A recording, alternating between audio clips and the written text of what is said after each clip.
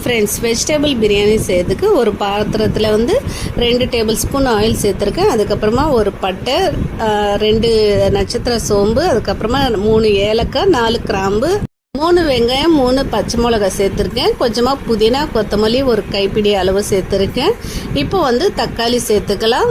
வெங்காயம் நல்லா செவந்ததுக்கப்புறமா தக்காளி சேர்த்துக்கலாம். தக்காளி நல்லா வெந்ததுக்கப்புறமா வந்து பீன்ஸு, கேரட், பொட்டேட்டோ, அதுக்கப்புறமா சோயாவும் சேர்த்துருக்கேன். நெக்ஸ்ட் வந்து கொஞ்சமாக மஞ்சள் தூள், அதுக்கப்புறமா பிரியாணி மசாலா எந்த பிராண்டாலும் பரவாயில்ல, ஆச்சி சக்தி எதுனாலும் அது வந்து ஒரு 2 ஸ்பூன் சேர்த்துக்கலாம். அதுக்கப்புறமா காஷ்மீரி சில்லி பவுடர், கொஞ்சமாக உப்பு சேர்த்து நல்லா கலந்துக்கோங்க. அதுக்கப்புறமா கொஞ்சம் தயிர் சேர்த்து நல்லா கலந்து விட்டு 2 ஸ்பூன் இஞ்சி பூண்டு பேஸ்ட்டும் சேர்த்து காயெல்லாம் நல்லா வேகட்டும். மூடி வச்சு 10 நிமிஷம் வேகட்டும்.